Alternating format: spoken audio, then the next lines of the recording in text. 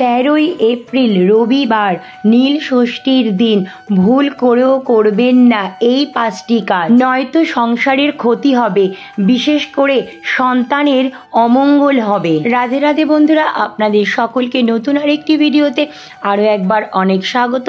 আশা করি ঈশ্বরের কৃপায় আপনারা খুব ভালো আছেন এবং সুস্থ আছেন। আজকের ভিডিওটিতে আমি আপনাদের সাথে শেয়ার করব নীল ষষ্ঠী পুজোর দিন কোন 5টি কাজ আপনারা ভুল করেও করবেন না। এর ফলে সংসারে নেমে আসবে চরম দুঃখ, দারিদ্রতা, সন্তানের হবে ঘোর অমঙ্গল। চলছে চৈত্র মাস। চৈত্র মাসের অত্যন্ত গুরুত্বপূর্ণ ধর্মীয় বিশেষ অনুষ্ঠান নীল ষষ্ঠী পুজো। এই নীল ষষ্ঠী ব্রত দেবাদিদেব মহাদেবের উদ্দেশ্যে সমর্পিত। সাধারণত চৈত্র সংক্রান্তির আগের দিন নীল ষষ্ঠী ব্রত পালিত হয়। এবছর অর্থাৎ 2025 সালে নীল ষষ্ঠী পালিত হবে বাংলার 30শে চৈত্র, ইংরাজির 13ই এপ্রিল রবিবার দিন। নীল ষষ্ঠীর পুজো সূর্যাস্তের পরে অর্থাৎ সন্ধ্যের পর করা হয়ে থাকে। এই নীল ষষ্ঠীর সাথে ষষ্ঠী তিথির কোনো যোগসূত্র নেই। নীলকণ্ঠ মহাদেব এবং দেবী চণ্ডিকার সাথে এই দিন ষষ্ঠী দেবীরও বিশেষ পুজো আরাধনা করা হয়ে থাকে, তাই এই ব্রতকে নীল ষষ্ঠী ব্রত বলা হয়। পৌরাণিক কাহিনী থেকে জানা যায় নীল ষষ্ঠীর দিন নীলকণ্ঠ মহাদেব এবং দেবী নীল চণ্ডিকার বা দেবী নীলাবতী পরমেশ্বরীর বিবাহ সম্পন্ন হয়েছিল। সেই বিবাহের স্মারক স্বরূপ এই নীল ষষ্ঠী ব্রত পালিত হয়। আবার অন্যদিকে পৌরাণিক কাহিনী থেকে জানা যায় নিঃসন্তান এক ব্রাহ্মণ দম্পতিকে দেবী ষষ্ঠী চৈত্র সংক্রান্তির আগের দিন অর্থাৎ নীল ষষ্ঠীতে নীলাবতী পরমেশ্বরীর পুজো করে নীলকণ্ঠ মহাদেবের ঘরে বাতি প্রজ্বলন করতে বলেন, যাতে তারা সুস্থ ও দীর্ঘায়ু সুসন্তান লাভ করতে পারে। আর সেই থেকেই এই নীল ষষ্ঠী ব্রত পালিত হয়ে আসছে। তাই সেই প্রাচীন কাল থেকেই প্রত্যেক মায়েরা তাদের সন্তানের মঙ্গল ও দীর্ঘায়ু কামনার উদ্দেশ্যে নীলষষ্ঠী ব্রত পালন করে আসছে। তবে শুধুমাত্র সন্তানের মায়েরাই নয়, সুসন্তান লাভের আশায়ও বহু দম্পতিরাও এই নীল ষষ্ঠীর ব্রত ভক্তি ও নিষ্ঠা সহকারে পালন করে থাকেন। আর নীল ষষ্ঠীর ব্রত শুধুমাত্র মহিলারা নয়, পুরুষ মহিলা নির্বিশেষে সকলেই এই ব্রত পালন করতে পারেন। ভক্তি ও নিষ্ঠা সহকারে নীল ষষ্ঠী ব্রত পালন করলে নীলকণ্ঠ, দেবাদিদেব মহাদেব, নীল চণ্ডিকা এবং মা ষষ্ঠীর কৃপা একসাথে লাভ করা সম্ভব হবে। এর ফলে জীবনের সার্বিক কল্যাণ সাধন হয়। নীলষষ্ঠীর ব্রতের আগের দিন অবশ্যই সংযম পালন করতে হবে এবং ব্রতের দিন সকাল থেকে নির্জল উপবাস থেকে সন্ধ্যের পর নীলকণ্ঠ দেবাদিদেব মহাদেবকে পঞ্চামৃত অথবা দুধ গঙ্গা জল দিয়ে অভিষেক করানোর পর দেবাদিদেব মহাদেবের প্রিয় বিল্লপত্র, ধূত্র ফুল, আকন্দ ফুল, নীলকণ্ঠ ফুল এছাড়া যে কোনো গন্ধহীন সাদা ফুল দেবাদিদেব মহাদেবকে নিবেদন করতে হবে। এরপর দেবাদিদেব মহাদেবের প্রিয় সাদা দুধের কোনো মিষ্টি বা সন্দেশ ভোগ হিসাবে নিবেদন করতে হবে এবং অবশ্যই এই নীল ষষ্ঠী ব্রততে বোটা যুক্ত নিখুঁত কাঁচা আম সাথে বেল সহ 5 রকম অথবা 7 রকম গোটা ফল চন্দন সহযোগে নিবেদন করতে হবে। মা ষষ্ঠীর উদ্দেশ্যে অবশ্যই ফুল নিবেদন করে মা ষষ্ঠীকে প্রণাম করে নিতে হবে। সন্তানের মঙ্গল ও দীর্ঘায়ু কামনায়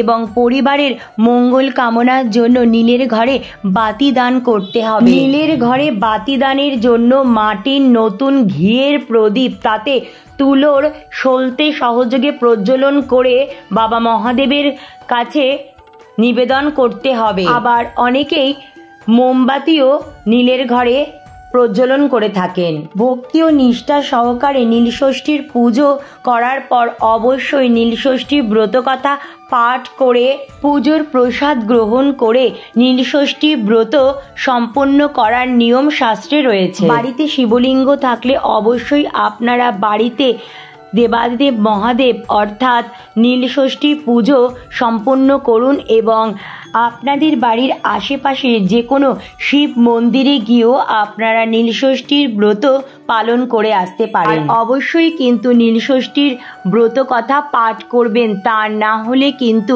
নীলষষ্ঠীর ব্রতের পূর্ণ ফল থেকে আপনারা বঞ্চিত থেকে যাবেন। চলুন বন্ধুরা একে একে জেনে নেওয়া যাক নীলষষ্ঠীর দিন কোন কাজগুলো ভুল করেও করতে নেই, তা না হলে কিন্তু আমাদের জীবনে চরম বাধা বিপত্তি, আর্থিক সমস্যা, পারিবারিক অশান্তি, রোগ ব্যাধি, নানা রকম সমস্যার সম্মুখীন হতে হবে।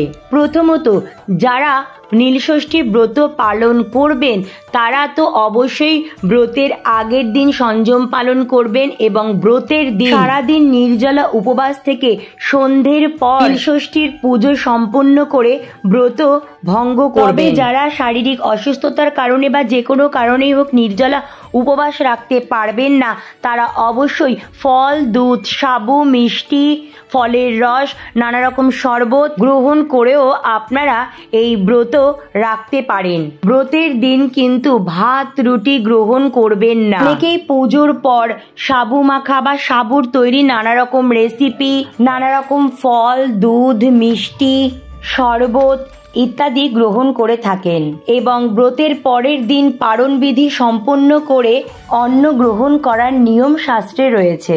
দ্বিতীয়ত, নীলষষ্ঠী ব্রতের দিন শিবলিঙ্গ অভিষেক করার সময় আপনারা অবশ্যই দুধ গঙ্গা জল বা পঞ্চামৃত ব্যবহার করবেন। পঞ্চামৃত অর্থাৎ দুধ, দই, ঘি, মধু ও শর্করা। কিন্তু ভুল করেও আপনারা হলুদ ব্যবহার করবেন না, কারণ হলুদ সৌভাগ্যের প্রতীক আর দেবাদেব মহাদেব বৈরাগ্যের প্রতীক। যেমন তেল এবং জল কখনোই ঠিকঠাক মেশে না, ঠিক তেমনি সৌভাগ্য এবং বৈরাগ্য কখনোই মিলন সাধন হতে পারে না। তাই সেক্ষেত্রে কিন্তু শিব পুজোয় হলুদ নিষিদ্ধ। এছাড়াও হলুদ কিন্তু ভগবান নারায়ণের সাথে ওতপ্রোতভাবে জড়িত, তাই শিব পুজোতে কিন্তু কখনোই হলুদের ব্যবহার করা উচিত নয়। তৃতীয়ত, ভুল করেও নীলষষ্ঠী পুজোতে দেবাদেব মহাদেবকে তুলসী পাতা অর্পণ করবেন না। দেবাদেব মহাদেবের প্রিয় বিল্লপত্র ছাড়া অসম্পূর্ণ, তাই অবশ্যই দেবাদেব মহাদেবকে চন্দন সহযোগে 3টি পত্র যুক্ত নিখুঁত বিল্লপত্র নিবেদন করবেন, কিন্তু তুলসী পত্র নিবেদন করবেন না, কারণ তুলসী পত্র ছাড়া প্রভু নারায়ণ বা ভগবান শ্রীকৃষ্ণের পুজো অসম্পূর্ণ। ভগবান শ্রীকৃষ্ণের প্রিয় তুলসী পত্র কখনোই শিবলিঙ্গে বা শিব পুজোতে ব্যবহার করবেন না। নীলষষ্ঠী পুজোতে বাবা মহাদেবকে বিল্লপত্র, ধূত্র ফুল, আকন্দ ফুল, নীলকণ্ঠ ফুল, ধূত্র ফল, সাদা পদ্ম ফুল, টগর ফুল অবশ্যই বাবাকে নিবেদন করবেন। চতুর্থত, নীলষষ্ঠী পুজোতে বা শিব পুজোতে কখনোই কিন্তু শিবলিঙ্গ নারকেলের জল দিয়ে অভিষেক করাবেন না বা শিব পুজোতে নারকেল নিবেদন করবেন না। আপনারা নারকেলের পরিবর্তে ডাবের জল অবশ্যই ব্যবহার করতে পারেন। আর ষষ্ঠীর উদ্দেশ্যে কিন্তু অবশ্যই আলতা, সিঁদুর, লাল ফুল, ধূপ, দীপ অর্থাৎ ঘিয়ে প্রদীপ আপনারা অবশ্যই নিবেদন করবেন। তবে খেয়াল রাখবেন ভুল করেও কোনো রকম লাল ফুল, বিশেষ করে জবা ফুল দেবাদেব মহাদেবকে কিন্তু একদম নিবেদন করবেন না। পঞ্চমত, নীলষষ্ঠী ব্রতর দিন ভুল করেও বাড়িতে কোনো রকম আমিষ জাতীয় জিনিস আনবেন না বা রান্নাও করবেন না। যিনি ব্রত পালন করছেন তিনি তো উপবাস থাকছেন, কিন্তু পরিবারের অন্যান্য সদস্যরাও কিন্তু ভুল করেও এই দিন কোনো রকম আমিষ জাতীয় খাবার যেমন মাছ, মাংস, ডিম, পেঁয়াজ, রসুন, মুসুরির ডাল এরকম জাতীয় খাবার খাবেন না। বাড়ির বাইরে গিয়েও যাতে এই দিন পরিবারের কোনো সদস্য আমিষ জাতীয় আহার গ্রহণ না করে সেদিকেও নজর রাখবেন। ব্রত পালন করবেন তারা তো অবশ্যই পুজোর পর সাবু মাখা বা সাবুর তৈরি নানা রকম রেসিপি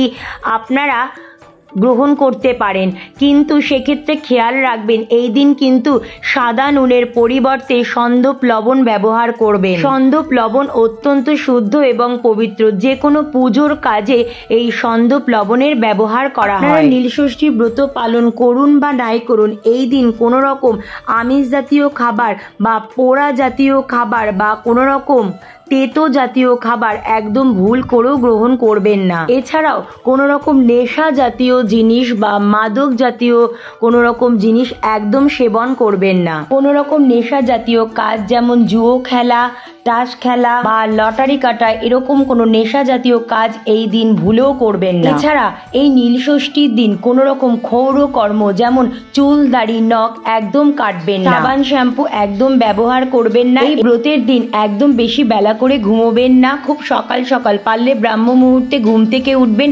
ঘুম থেকে উঠে বাসি বিছানায় হর পার্বতীকে মনে মনে স্মরণ করে প্রণাম জানিয়ে দিনটি শুরু করবেন। ঘর বাড়ি ভালো করে পরিষ্কার পরিচ্ছন্ন করে সকাল সকাল স্নান সেরে নেবেন। পারলে অবশ্যই এই নীল ষষ্ঠীর দিন গঙ্গা স্নান করুন, কারণ এই দিন গঙ্গা স্নানের অত্যন্ত মাহাত্ম্য রয়েছে। এই দিন সকাল সকাল আপনার বাড়ির নিকটবর্তী পবিত্র কোনো নদী বা গঙ্গা স্নান করে নিন।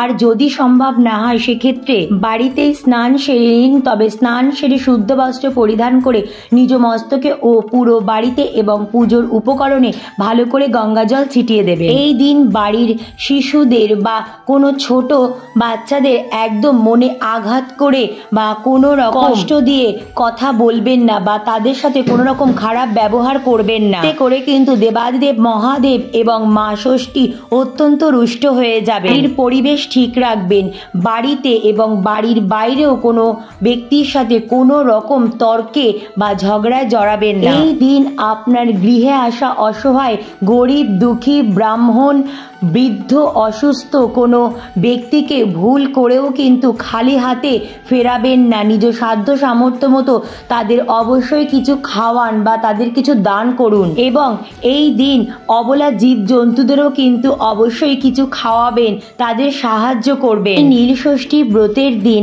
আপনারা পারলে অবশ্যই দেবাদিদেব মহাদেব, মাতা পার্বতী এবং সিদ্ধিদাতা গণেশ ভগবানের একত্রে বসে থাকার ফটো, অর্থাৎ সিদ্ধিদাতা গণেশ ভগবান মাতা পার্বতী অথবা দেবাদিদেব মহাদেবের কোলে বসে রয়েছেন বা পাশে বসে রয়েছেন এমন কোনো ফটো বা আলেখ্য আপনাদের গৃহে যদি আগে থেকেই থেকে থাকে বা আপনারা এই দিন অবশ্যই এমন ফটো বা আলেখ্য নিয়ে দেবাদিদেব মহাদেব, মাতা পার্বতী এবং সিদ্ধিদাতা গণেশ ভগবানের একত্রে পুজো আরাধনা করুন। এর ফলে হর পার্বতী এবং সিদ্ধিদাতা গণেশ ভগবান আপনাদের ওপর অত্যন্ত প্রসন্ন হবেন, যার ফলে আপনাদের সংসারে সমস্ত বাধা বিপত্তি, পারিবারিক অশান্তি, আর্থিক সমস্যা দূর হয়ে সংসার ভরে উঠবে সুখ শান্তি সমৃদ্ধি ও আর্থিক সৌভাগ্যে এবং সন্তানদেরও মঙ্গল হবে।